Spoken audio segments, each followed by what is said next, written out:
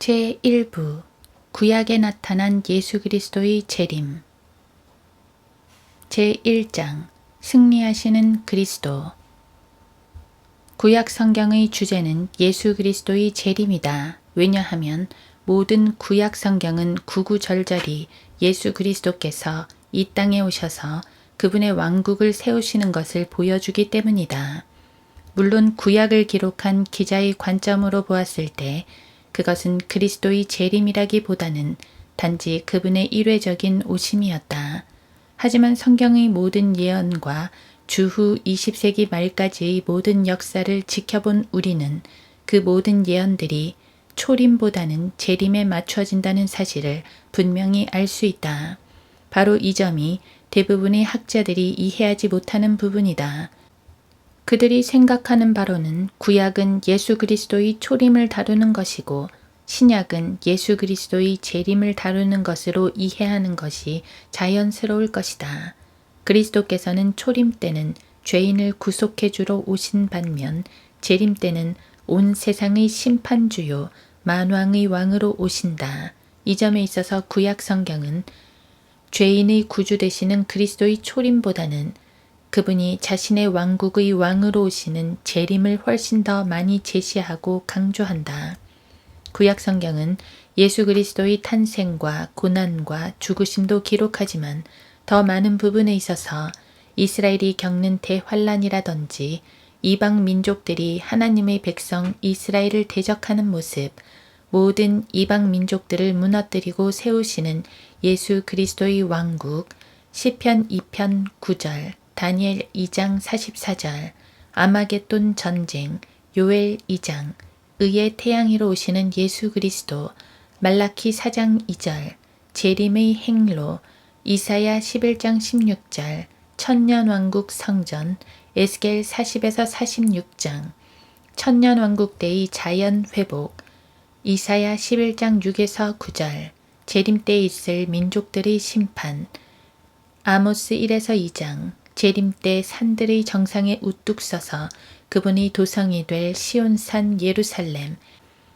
미카 4장 1에서 2절, 이스라엘 민족을 이끄시는 대장이 되시어 그들을 천년왕국이라는 안식의 땅으로 인도하실 그리스도, 여호수아 11장, 환란 때 유대인들은 어떻게 해야 하는가, 그리고 이스라엘의 민족적인 죄를 용서하시고 새 언약을 맺으시어 예레미야 31장 33, 34절, 궁극적으로 다윗의 보좌에 앉아 그분의 왕국을 완성시키시는 모습 등을 더 자세히 기록하고 있다. 이러한 면들이 바로 구약 성경의 주제가 예수 그리스도의 재림인 것을 확증해주고 있는 것들이다. 이러한 주제는 신약 성경에까지 이어진다.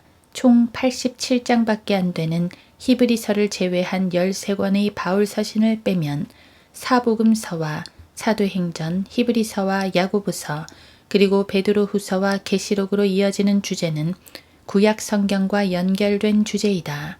이 모든 책에서 말하고 있는 것들을 한마디로 말한다면 예수 그리스도께서 다시 오셔서 세우실 그분의 왕국, 바로 그것이다. 따라서 우리는 구약 성경의 주제를 예수 그리스도의 재림, 성경 전체의 주제를 왕국이라고 분명히 말할 수 있다. 우리가 이제부터 살펴볼 것은 구약 성경에 나타난 예수 그리스도의 모습, 즉 그분의 재림의 모습이다. 구약에 나타난 비유와 모형과 예언을 통해서 그분의 재림은 어떻게 이루어지는가, 재림에 관한 모든 사실들이 구약에는 어떻게 기록되어 있는가 하는 면들을 살펴볼 것이다. 성경 전체가 일관적으로 말하고 있는 한 분은 예수 그리스도이시기에 이 점에 대해서는 대부분의 학자들이 동의한다. 성경의 모든 책들에서 그분에 관한 기록을 찾는다는 것은 성경의 핵심을 다룬다는 점에서 매우 중요한 작업일 것이다. 그러나 예수 그리스도께서 이 땅에 오시기 전의 기록인 구약 성경에서 그분에 관한 기록을 찾는다는 것은 그리 쉽지만은 않다. 신약 성경에서는 그분을 찾기 쉽지만 구약 성경에서는 좀 어렵다.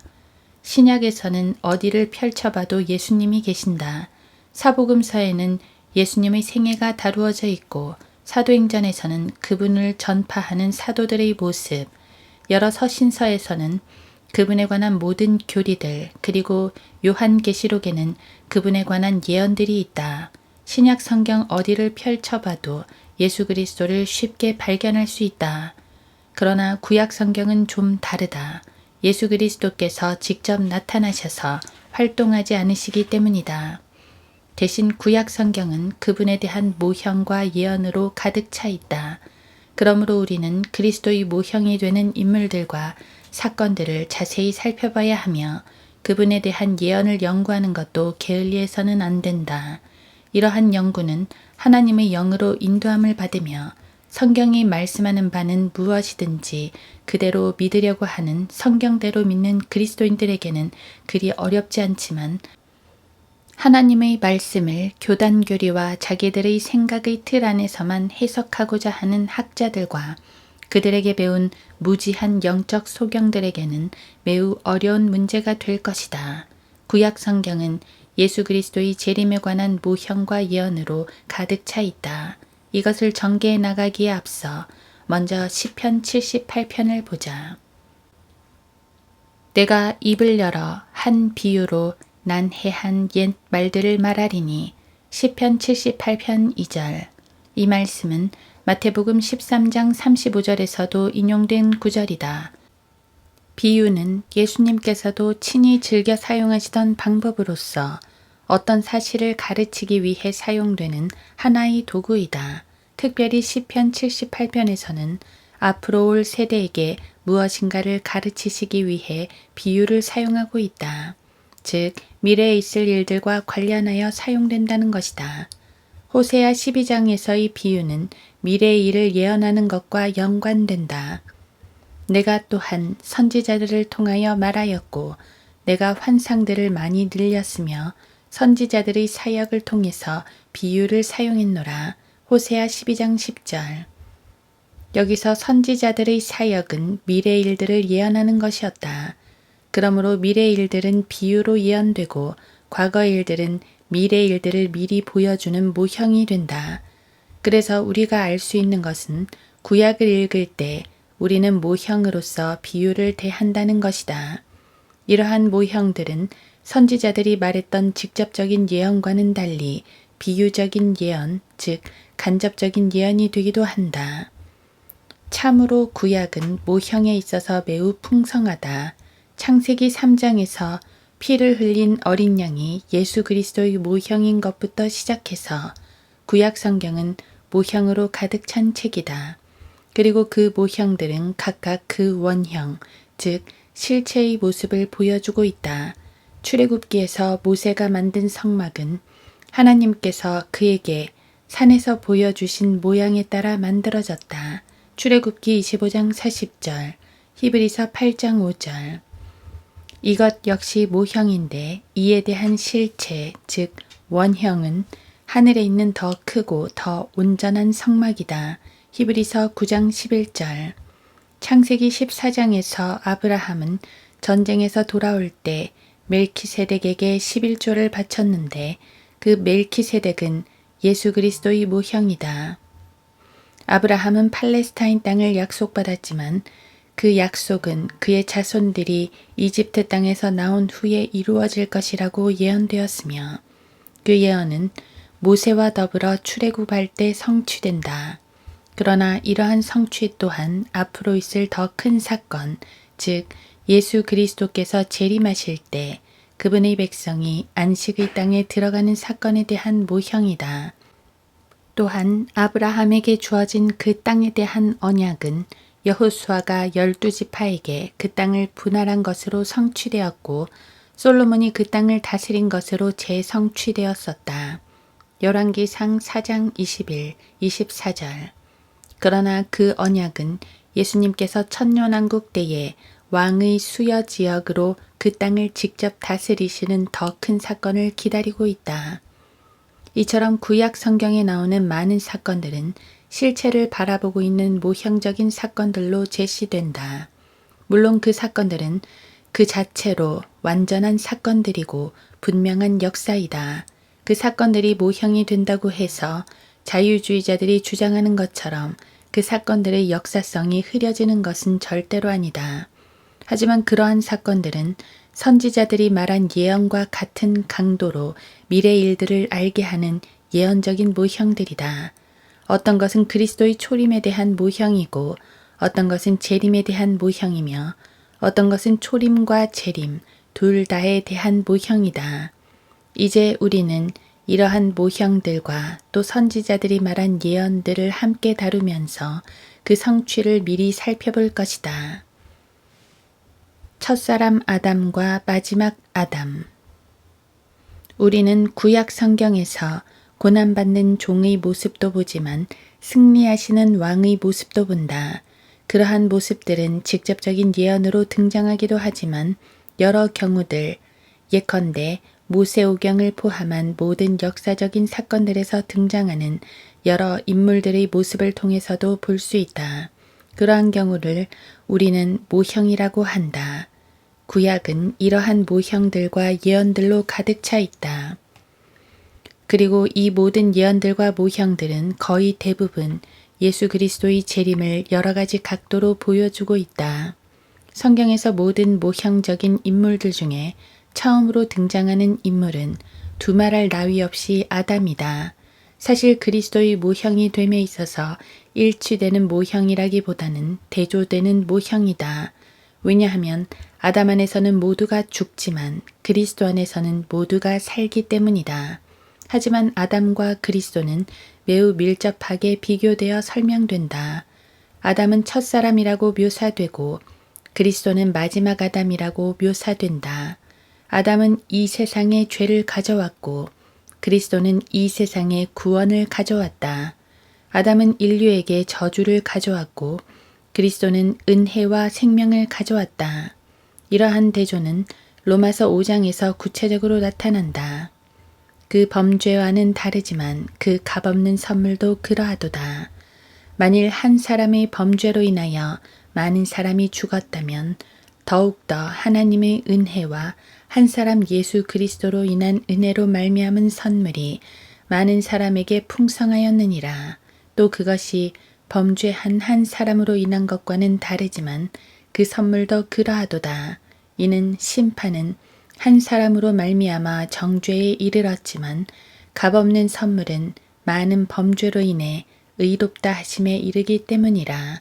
한 사람의 범죄로 말미암아 사망이 그 한 사람으로 인하여 군림하였다면 더욱더 은혜의 풍성함과 의의 선물을 넘치도록 받는 사람들이 한 사람 예수 그리스도로 인하여 생명 안에서 군림할 것이니라.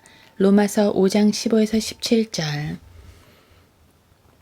그래서 우리가 아담 하면 생각나는 것은 죄와 사망과 저주인 것이다.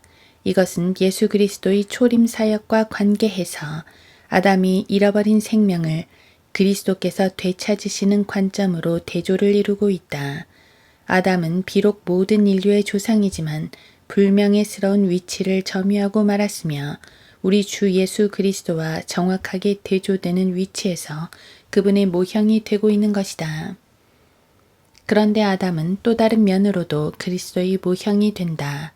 그것은 예수 그리스도께서 재림하실 때 이 땅을 취하시는 것에 대한 모형이다. 시편 8편에는 이러한 말씀이 있다.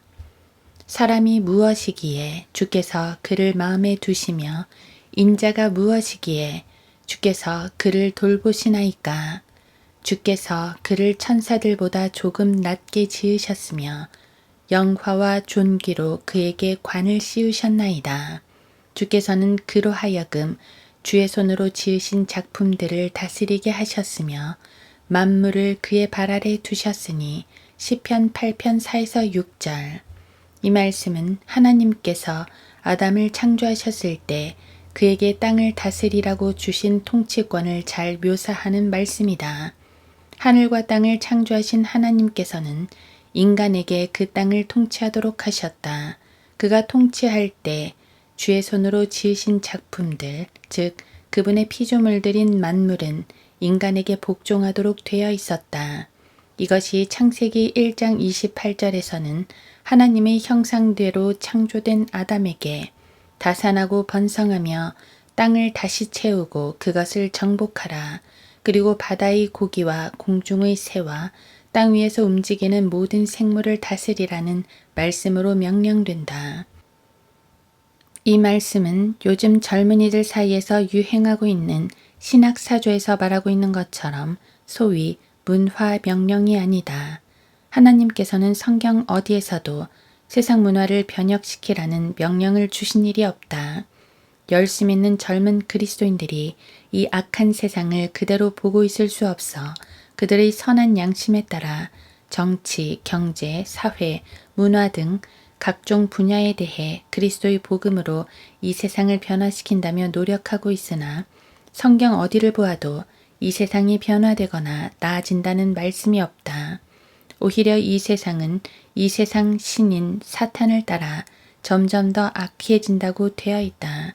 이것은 성경 여러 곳에서 말하고 있는 예언이다. 인간의 노력이나 기도로도 성경 예언 가운데에 나타나 있는 그분의 섭리를 바꿀 수는 없다. 그렇다면 우리는 이 악한 세상을 방관만 할 것인가? 라고 질문하는 사람들이 많으나 그에 대한 대답이 바로 이 책에서 설명하려고 하는 그리스도의 재림인 것이다. 오직 그리스도의 재림만이 현 세상에서 벌어지고 있는 모든 문제에 대한 유일한 해결책이다. 주께서 다시 오시면 이 세상의 신이요 통치자인 사탄이 멸망한다. 정확히 말하면 끝없이 깊은 구렁에 갇혀버린다. 그리고 사탄이 주관하던 악한 세상 제도가 종말을 고한다. 천년왕국이 되면 생태계도 회복된다. 이사야 11장, 로마서 8장 19에서 22절. 그대의 통치자는 예수 그리스도이시다. 하나님이신 그분께서 직접 다스리시는 이 땅이야말로 회복된 땅이며 온전한 땅인 것이다. 모든 사회운동가, 문화운동가, 환경운동가, 모든 정치가와 교육가들이 기대하던 세상이 그날에 도래할 것이다. 그러나 그때가 될 때까지 세상은 극도로 악하게 될 것이다. 특히 지금 사탄은 자기의 때가 얼마 남지 않음을 알고 더욱더 발악을 하고 있다. 따라서 그리스도의 이름 아니라 그 어떤 이름이라도 세상의 변혁을 위해 노력하는 것은 헛된 것이다. 다만 우리는 하나님의 복음을 전파하여 이 어두운 세상에서 한 명이라도 더 그분의 나라로 이끌어와야 하는 것이고 성경의 진리를 더욱 밝혀서 많은 사람을 진리의 빛으로 인도해 오는 가운데 우리의 신랑이신 예수 그리스도께서 빨리 오시도록 기도하며 기대하며 소망하고 또 그렇게 가르쳐야 한다. 자, 아담은 땅에 대한 통치권을 부여받았다. 아담은 자기 이후로 태어날 모든 족속에 대한 왕일 뿐 아니라 동물, 식물 등 이 땅에 있는 모든 것들에 대한 왕이었다. 그래서 시편 8편에서 사람이 무엇이기에 주께서 그를 마음에 두시며 인자가 무엇이기에 주께서 그를 돌보시나이까. 주께서 그를 천사들보다 조금 낮게 지으셨으며 영화와 존귀로 그에게 관을 씌우셨나이다. 주께서는 그로 하여금 주의 손으로 지으신 작품들을 다스리게 하셨으며 만물을 그의 발 아래 두셨으니 시편 8편 4에서 6절 라는 말씀은 아담이 받은 이 땅에 대한 통치권을 묘사하는 말씀이다.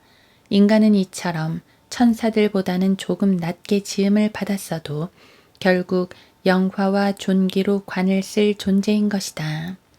그러나 시편의 이 말씀을 인용하고 있는 히브리서 2장에서는 이 말씀을 하신 다음에 곧이어 그러나 지금 우리는 아직 만물이 그에게 복종하는 것을 보지 못하노라고 말씀하고 있다. 히브리서 2장 8절.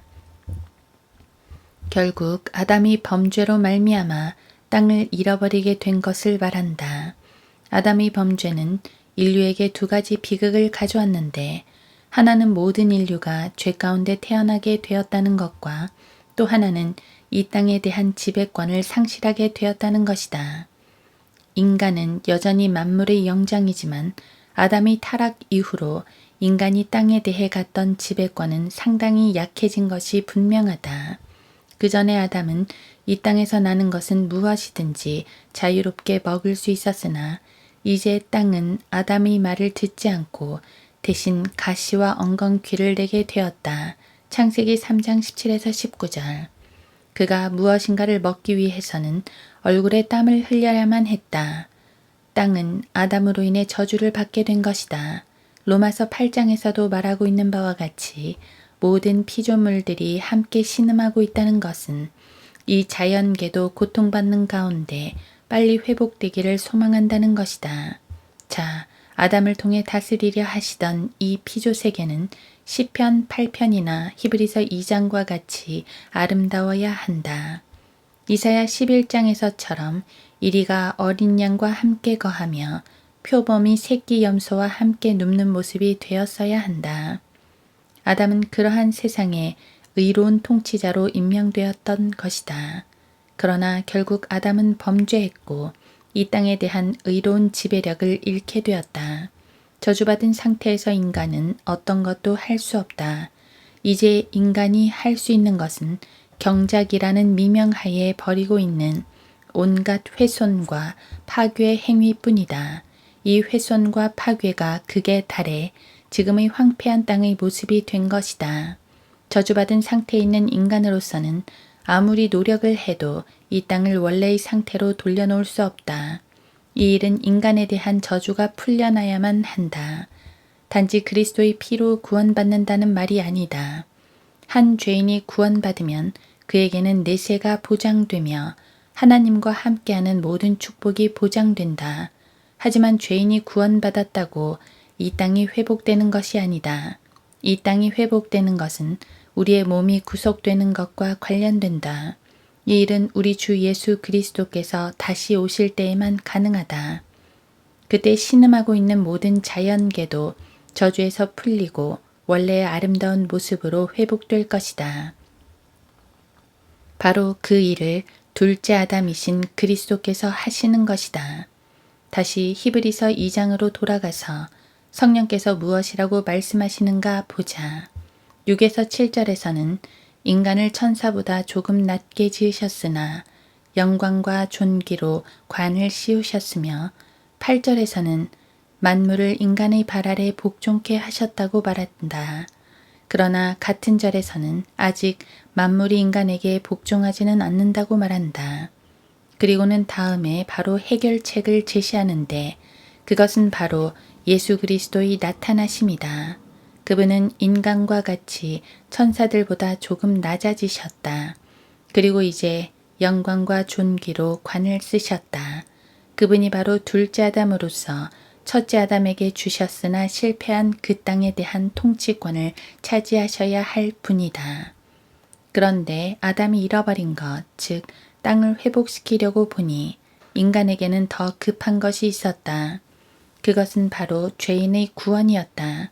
그리고 죄에 빠진 인간을 구원하기 위해서는 그들의 죄들 때문에 죽으셔야 한다는 것을 아셨다. 따라서 예수 그리스도께서는 땅을 차지하시기 이전에 먼저 자신의 피를 흘려 인간의 혼의 문제를 해결해 놓으셨고 그 후에 다시 나타나실 때 원래의 목적 중의 하나인 땅을 차지하는 것을 해내실 것이다. 결국 예수 그리스도께서 둘째 아담이 되신다는 것은 그리스도께서 아담의 위치에 서셔서 아담이 실패한 일을 성공적으로 바꿔놓으시는 분이라는 말인데 우리 주님께서는 피 흘려 죽으시어 죄인들에게 영생을 주심으로 아담이 잃어버린 한 가지를 회복시키셨으며 또 앞으로 다시 오시어 이 땅을 의롭게 통치하심으로 말미암아 아담이 잃어버린 또 한 가지를 회복시키실 것이다. 부서지는 뱀의 머리. 물론 이 일은 사탄을 제거하심으로 이루시는 일이다. 아담이 땅에 대한 통치권을 빼앗겼을 때 그 통치권을 차지한 것은 사탄이기에 사탄은 이 세상의 통치자가 되었고 그래서 예수 그리스도께서는 자신의 왕국을 세우시기에 앞서 사탄을 제거하셔야만 한다. 그래서 아담과 연관해 나타나는 재림에 대한 또 한 면은 사탄의 멸망이라는 것이다. 이 모습은 창세기 3장에서 잘 예언되고 있다.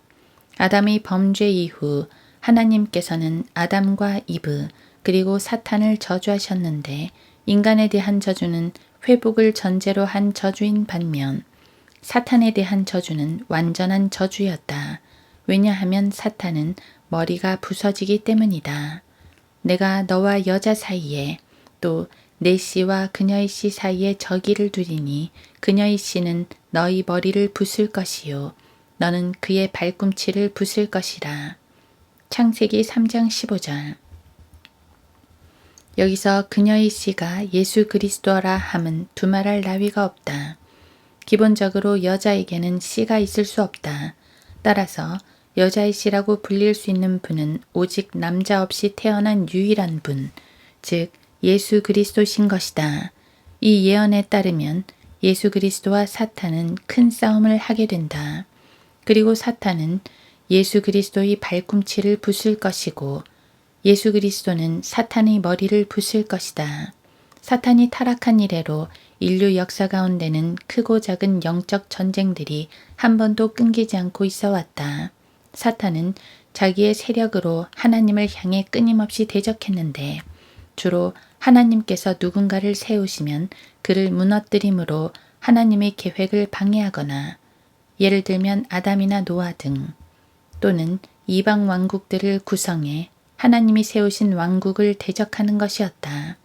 예를 들면 아시리아나 바빌론을 들어서 이스라엘을 대적하는 것, 영향력 있는 사람을 들어서 하나님을 대적하는 사상과 사조들을 만들어냄으로써 악한 문화들을 통해 하나님으로부터 멀리 떨어지게 하는 것 또한 사탄이 하나님을 대적해 걸어오는 싸움 중 하나다. 구약 역사서를 통해 보면 그 민족이 포로로 잡혀갈 때까지, 아니 포로 생활에서 회복된 다음에도 매 순간마다 하나님을 향해 계속적으로 일어났던 반역들을 보면 사탄이 얼마나 집요하게 하나님을 대적하는가를 알 수 있고 이 모든 영적 전쟁들이 참으로 치열하다는 것을 느낄 수 있다.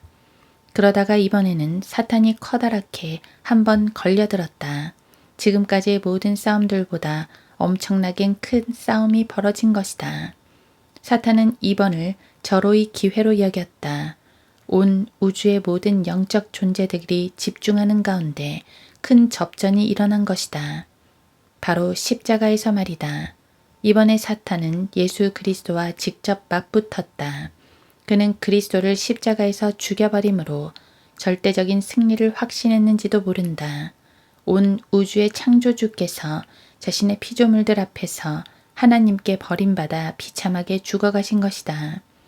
그러나 다음 순간 사탄은 곧 자신의 패배를 목도할 수밖에 없었다.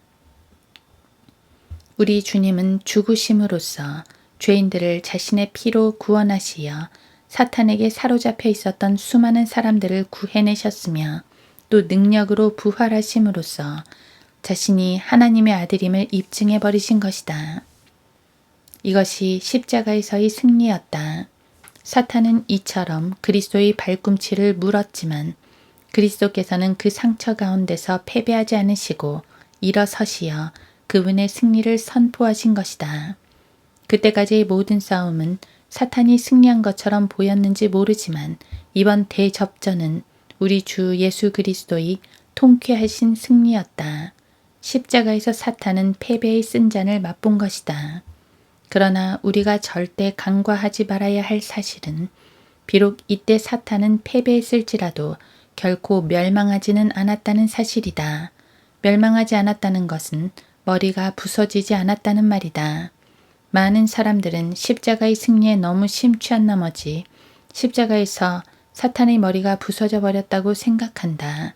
즉 그녀의 씨는 너희 머리를 부술 것이요 너는 그의 발꿈치를 부술 것이라는 예언을 십자가 사건에 모두 적용시켜버리는 오류를 범하는 것이다. 그렇게 되면 현재 이 세상에 사탄은 없는 것이 된다.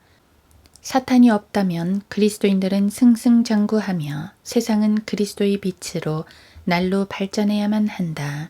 영적 전쟁이란 필요 없고 그리스도인들은 서로 사랑만 하면 된다. 어떤 사람들은 십자가에서 사탄은 이미 머리가 부서졌고 이제 그는 꼬리만 치는 것이다 라고 하여 영적 전쟁에서 용기를 불어넣어 주기도 하나 그것은 엄청난 오류이다.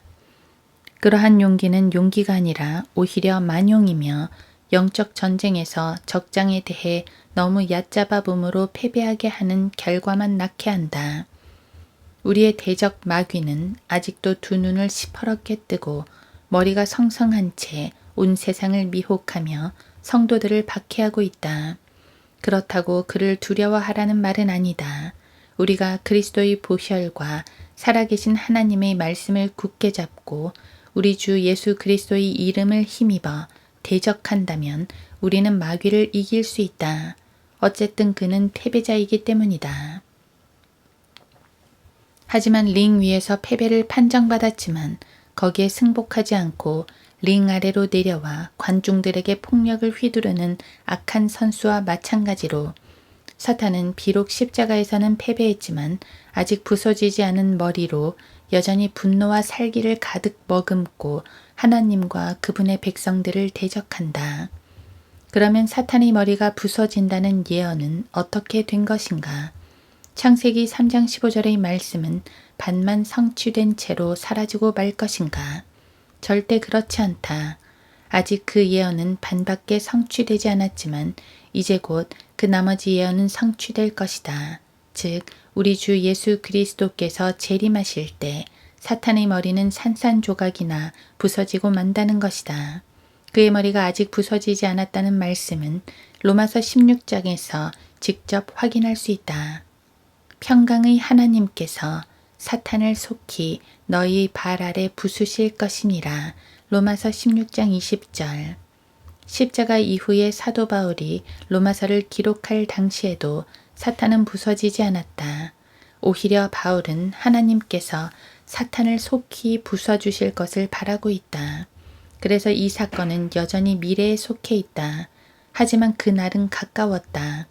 우리 주님께서 그분의 영광과 능력으로 재림하실 때 그의 입에서 나오는 날카로운 칼날로 온 이방 세력들을 부수실 때 사탄도 역시 멸망할 것이다. 이때의 싸움도 십자가에서의 싸움에 비길만한 대접전이 될 것이다.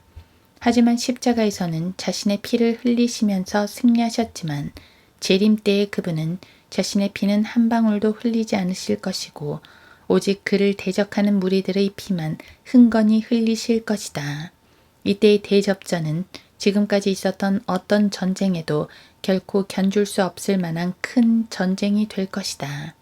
과거의 주님은 눈에 보이지 않는 전쟁을 치르셨지만 앞으로 주님은 온 세상의 눈으로 분명히 목도할 엄청난 전쟁에서 위대한 승리를 거두실 것이다. 이처럼 구약의 예언은 이중적이다. 초림에 적용하는 듯 하다가 재림으로 적용되는 경우가 허다하다. 오히려 초림에만 한정되어 적용되는 예는 드물고 초림에 대한 예언이 나오면 반드시 재림에 대한 예언이 함께 나오는 것이 바로 구약 성경의 예언인 것이다. 반면 재림에 대한 독자적인 예언은 수없이 많다. 이것이 바로 구약 성경의 주제가 재림이라는 이유이다. 구약의 선지자들이 진정으로 말하고 싶었던 것은 메시아께서 오셔서 통치하시는 것이다. 그리고 그분의 왕국은 영원하며 그 왕국에 속할 백성은 복이 있다는 것. 이것이 그들이 하나같이 예언했던 것이다. 성경은 예수 그리스도의 통치에 가장 큰 관심을 보이고 있다. 그래서 성경의 전체적인 주제는 왕국이다. 그 왕국이 영적 왕국이든지 실제적인 땅의 왕국이든지 여하튼 왕국이 주제다. 또한 성경은 실제적인 왕국에다 훨씬 더 많은 지면을 할애하고 있다. 그리고 그러한 왕국이 그리스도의 재림과 함께 천년 왕국에서 이루어진다고 할 때 구약의 얼마나 많은 예언들이 그리스도의 재림에 초점을 맞추고 있는지를 보게 된다. 유다 지파의 사자. 그리스도를 예표하는 인물과 사건이 창세기에 여럿 있지만 특별히 창세기를 마무리하는 부분인 49장에서 우리는 왕이신 그리스도에 대한 선명한 예언을 본다. 야곱이 자기 아들들을 불러 말하기를 너희는 다 함께 모이라. 마지막 날들에 너희에게 닥칠 일을 내가 너희에게 말하리라. 너희는 다 함께 모여서 들으라. 너희 야곱의 아들들아. 너희 아비 이스라엘에게 경청하라. 창세기 49장 1, 2절. 아브라함이 유대인의 조상으로 선택받은 이후 하나님께서는 아브라함에게 지속적으로 복을 주셨을 뿐만 아니라 그에게 몇 번에 걸쳐 언약을 해 주심으로 하나님께서 그와 함께 하셨음을 거듭 말씀해 주셨고 그분의 약속의 신실함을 보여주셨다. 창세기 12, 13, 15, 17장. 보통 아브라함은 우리 믿음의 조상이라고 불린다.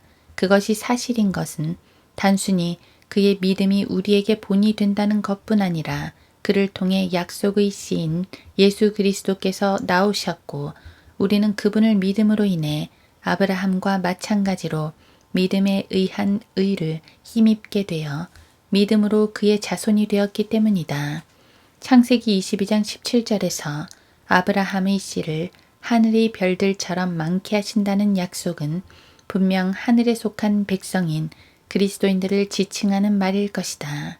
또한 갈라디아서 3장 16절에서도 말한 바 예수 그리스도 한 분을 아브라함의 씨라고 말하여 우리가 그리스도 안에서 아브라함의 자손이 되어 그와 함께 영적인 복을 받는다는 것은 분명하다. 하지만 아브라함을 우리의 믿음의 조상이라고만 말할 수는 없다. 그는 우리의 조상이기 이전에 먼저 유대인들의 조상이었다. 또한 육신적으로는 여전히 그들의 조상이다. 로마서 9장 4, 5절에서는 육신에 따른 이스라엘을 향해 그들은 이스라엘인들이라 그들에게는 양자됨과 영광과 언약들과 율법을 주심과 하나님을 섬김과 약속들이 있고 조상들도 그들의 조상이며 라고 말하고 있다. 로마서 11장 28절에서도 말하고 있는 바와 같이 그들은 조상으로 인해서는 선택을 받아 사랑받는 자들이다. 그 조상들이라 함은 기본적으로 아브라함과 이삭과 야곱을 말한다. 이들은 이스라엘 왕국이 형성되기 이전의 족장들로 동일하게 하나님께로부터 같은 약속들을 받게 된다. 창세기 12장이나 17장 등에서 아브라함과 맺으신 하나님의 언약은 창세기 26장 1에서 5절에서 이삭에게 반복되고 28장 4절에서는 야곱에게 상속된다. 그래서 이삭과 야곱은 약속의 상속자들이라고 불리고 히브리서 11장 9절, 창세기의 대부분은 이 족장들에 관한 기사로 가득 차 있으며 이후로 성경은 택함과 관련하여 이스라엘의 조상을 말할 때면 아브라함과 이삭과 야곱이라는 말을 함께 쓴다. 출애굽기 2장 24절, 33장 1절, 민수기 32장 11절, 신명기 1장 8절, 9장 5절, 29장 13절, 마태복음 8장 11절, 사도행전 3장 13절. 이것은 조상들에게 주신 언약을 확증시키는 한 방법이다. 그런데 그 언약의 백성이 지금 이집트에 있는 것이다. 팔레스타인 땅의 기근으로 인해 이집트로 내려간 야곱 일가는 요셉의 도움으로 고센 땅에 자리를 잡아 편히 거하게 되었지만 그들이 그곳에 정착할 수 없는 것은 하나님께서 아브라함과 이삭과 야곱에게 주신 언약, 즉 그들이 약속의 땅을 소유하리라는 언약 때문이었다. 약속의 땅이란 두말할 나위 없이 팔레스타인 땅이다. 그들은 그 땅으로 가야 했다. 지금 당장은 아닐지라도 그들은 반드시 그 땅으로 가야 했다. 그 땅은 대대로 이스라엘을 위한 유업이기 때문이다. 야곱은 비록 이집트 땅에서 죽었으나 그 약속을 잊지 않고 요셉에게 반드시 약속의 땅으로 나아가야 할 것을 강조했다. 창세기 48장 21절. 그리고 야곱은 하나님께서 그에게 축복으로 주신 12 아들들에 대해 일일이 예언을 하는데 이는 그 12 아들 개개인에게 해당되는 예언이라기보다는 그 아들들로 구성될 12지파에게 해당되는 예언이었다. 특별히 야곱은 12 아들들을 모두 불러 그들 각자에게 예언을 할 때 마지막 날들에 그들에게 닥칠 일을 말하리라고 한다. 창세기 49장 1절. 마지막 날들이라고 되어 있는 것을 보니 미래에 대한 예언임이 틀림없다. 미래의 그들은 어떻게 될 것인가? 우리는 특별히 12 아들들 중 유다에 대해 관심 있게 봐야 한다. 유다야, 너는 내 형제들이 찬양할 자라. 내 손이 내 원수들의 목을 잡을 것이요. 내 아비의 아들들이 내 앞에서 절하리라. 유다는 사자의 새끼로다. 내 아들아, 내가 먹이를 놓고 올라갔구나. 그는 몸을 구부리고 웅크림이 사자 같고 늙은 사자 같으니 누가 그를 성나게 하리요. 홀이 유다에게서 떠나지 않을 것이며 실로가 올 때까지 입법자가 그의 발 사이에서 떠나지 아니하리니 그에게 백성의 모임이 있을지어다.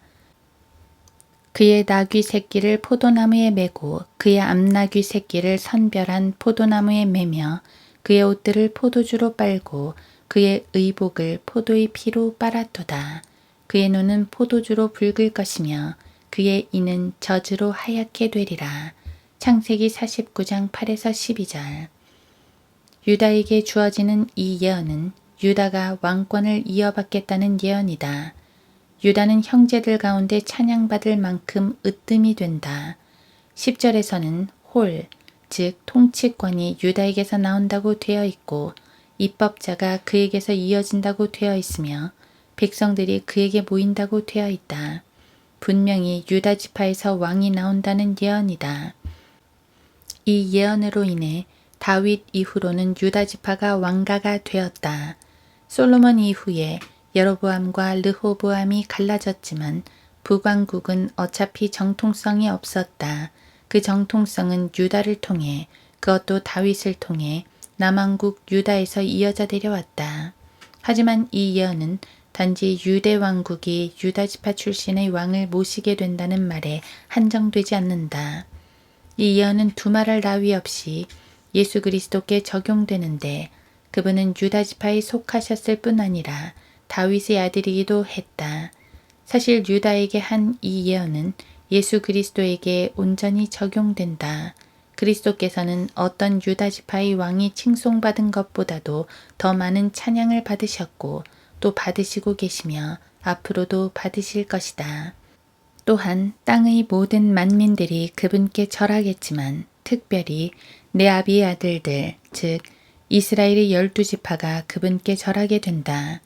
이것은 예수님께서 왕이 되시되 특별히 유대인들의 왕이 되실 것임을 말한다.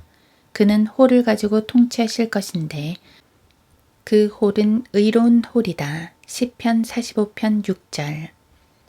실로는 그리스도 자신을 말하는데 즉 그리스도께서는 유다를 통해 오신다는 것을 말한다. 입법자 또한 그분 자신인데 그리스도께서는 왕이 되시어 친히 법을 반포하실 것이다. 초림 때 산상 설교에서도 볼 수 있듯이 그분은 놀라운 법을 백성들에게 선포하셨다. 마태복음 5에서 7장. 신약 그리스도인들에게는 역시 사랑의 법을 주심으로 그분의 사랑을 우리 가운데 보여주셨다. 그런데 또한 우리 주님은 재림하신 후 시온산 위에서 그분의 왕국의 법령을 반포하실 것이다. 이를 가리켜 이사야 2장 3절은 율법이 시온에서 나오며 주의 말씀은 예루살렘으로부터 나올 것임이라 고 말한다. 이사야의 이 말씀이 재림에 관한 예언인 것은 분명하다.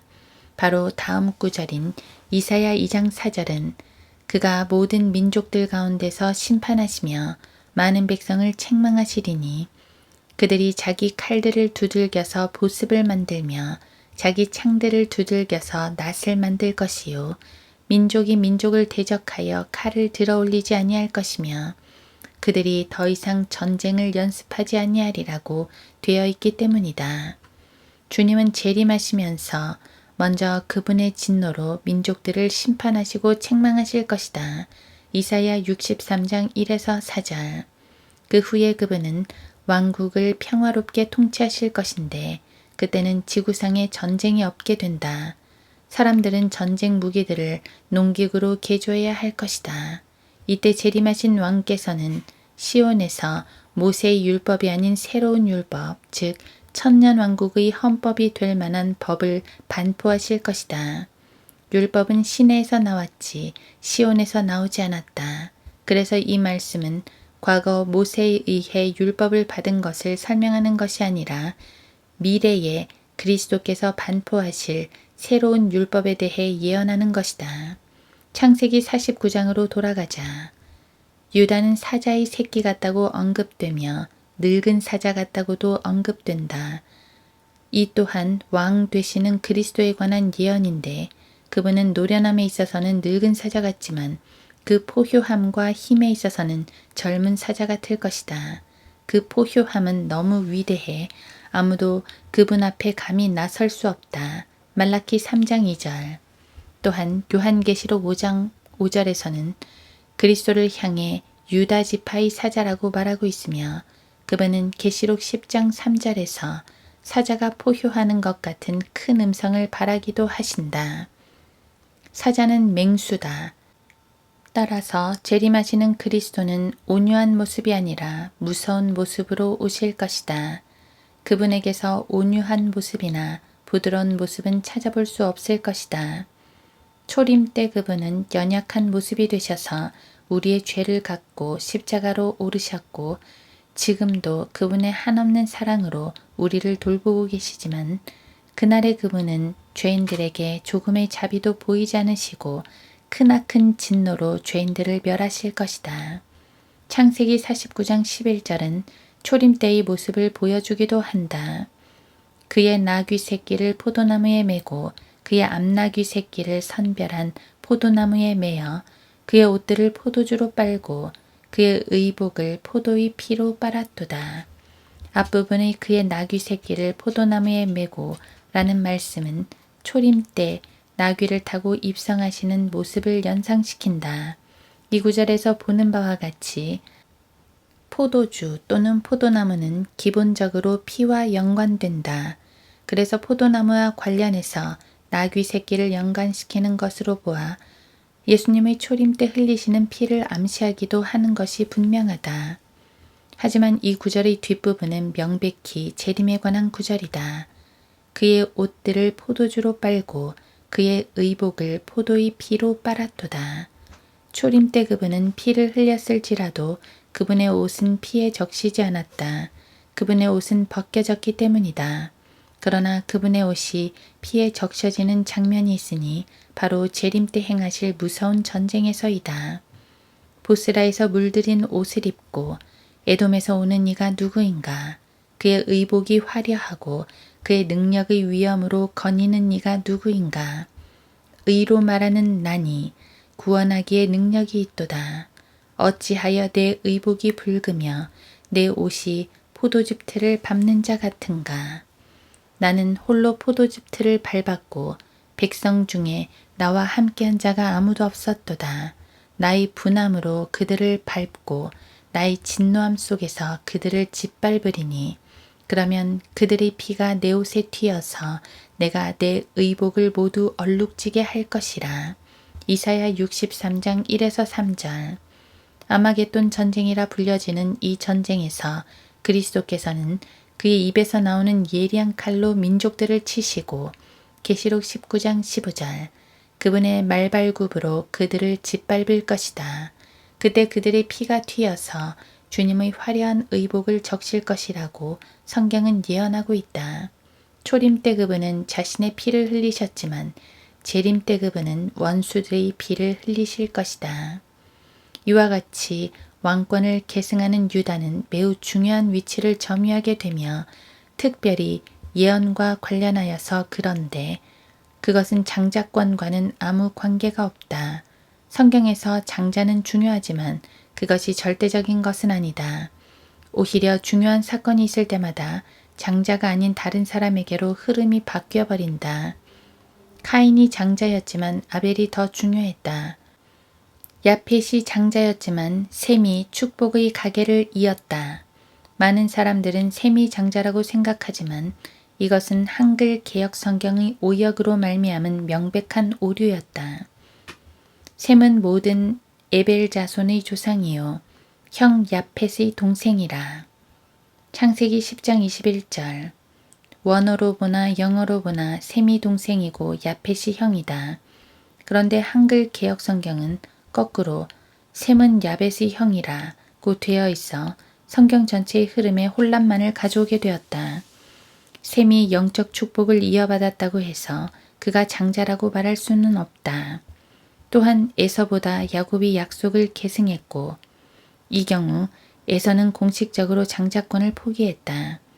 르우벤보다 유다가 왕권을 이어받는다. 또 엘리압이 형이었지만 막내였던 다윗이 왕이 되며 솔로몬도 장자가 아니었다. 성경이 이렇게 흐를진데 우리는 성경의 큰 흐름이 장자권을 중심으로 펼쳐지는 것이 아니라 왕권을 중심으로 펼쳐진다는 사실을 발견한다. 물론 예수님께서는 육신적으로 보나 영적으로 보나 장자셨다. 첫 태생, 첫 열매들. 하지만 중요한 것은 그분이 왕이시라는 것이다.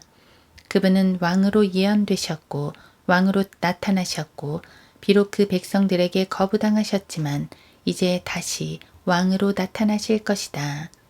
그때 주님께서는 인간들 중 누구에게 승인받으시는 것이 아니라 오직 자기 자신의 권능으로 왕이 되실 것이다. 재림의 날, 그날에 이 모든 것들이 이루어질 것이다.